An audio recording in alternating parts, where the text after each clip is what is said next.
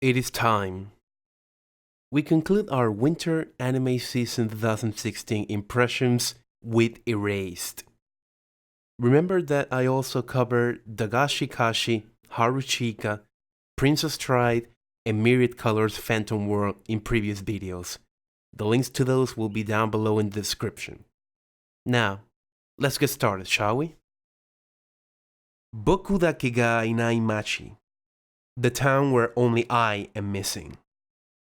Bokumachi, marketed and distributed in the West as Erased, is based off a manga first published in 2012 by author Kei Sanbei. It is classified as a thriller fantasy anime done by Studio A1 Pictures and directed by Tomohiko Ito. Struggling manga author Satoru Fujinuma is beset by his fear to express himself. However, he has a supernatural ability which forces him to prevent death and catastrophes by being set back in time before the incident occurred, repeating time until it is prevented. One day, he gets involved in an incident that has him framed as a murderer. Desperate to save the victim, he sends himself back in time, only to find himself as a grade schooler 1 month before fellow classmate Kayo Hinasuki went missing. Satoru now embarks on a new quest to save Kayo and solve the mystery behind her disappearance. Now, this is probably my favorite show of the whole winter season, but again, it has its cons. Few, but they're still there. First one, time travel. After Steins Gate, I just find the concept of time travel really confusing. And from what I understood in the first episode of Bokumachi, their approach to time travel is much more simplified than, say, Steins Gate or any other shows that deal with that kind of matter. And it's kind of confusing when Satoru enumerates the conditions in which he usually experiences revivals, or what he calls his travel into the past, by a margin of 3 to 5 minutes, and then on the end, Satoru was a kid. So there are no consistencies in the rules.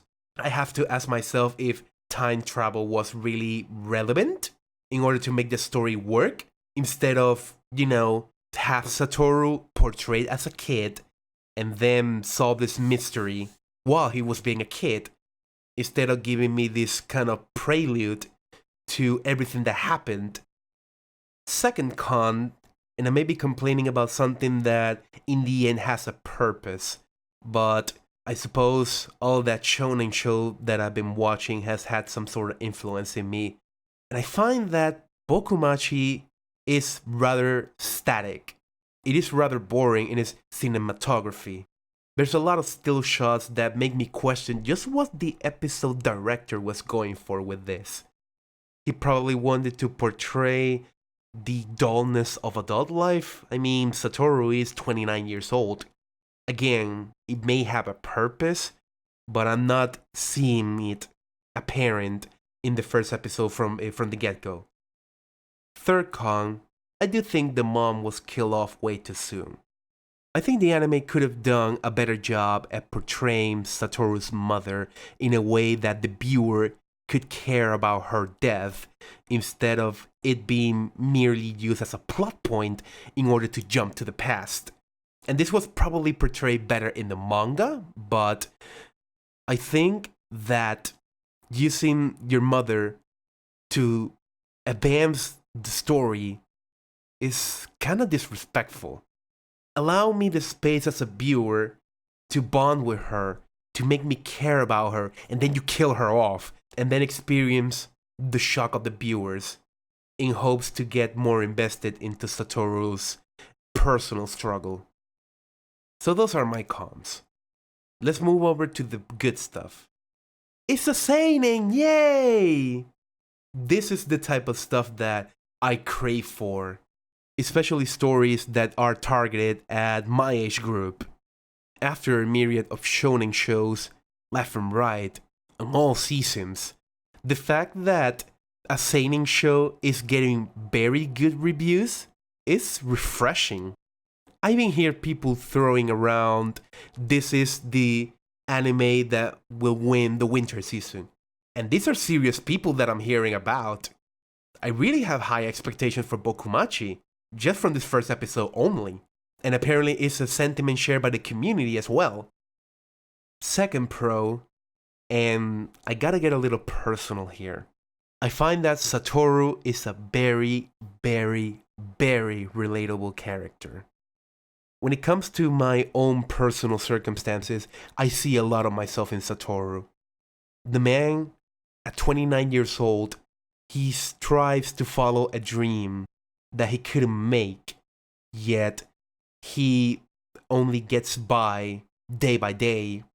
I do see a lot of myself in Satoru, almost to a fault, which is a first regarding how I usually feel about characters or even people that remind me of myself. I hate those. Without getting too personal into the relationship with my mother, I think that if I had to describe my relationship with adult life or with my mother or something like that, I would just point them out to that first episode. Third pro, even with all the complaining about time travel, I find that Bokumachi has a very interesting premise. As far as I could get, this is the story of a man who previously did not care about anything, a man that has been disillusioned by adult life, a man that doesn't care about anything but getting by, suddenly finding himself caring about people that he never really cared about in the past. And I'm interested in seeing if this is feigned or is it something that he just does because he wants closure. And really, if Satoru does this because he wants closure on some events that he did earlier in his life, I'll be very disappointed. But I'm willing to get on this roller coaster and see where the ride will take me. So that's Bokumachi, and the end for our impression series for winter. We'll return in spring with more anime goodness once I figure out which shows I'm gonna watch. I hope to put this out faster now that I got the format down. Until then, thank you for accompanying me in this impressions run. Thanks for listening, and with nothing more to say, signing out. Goodbye.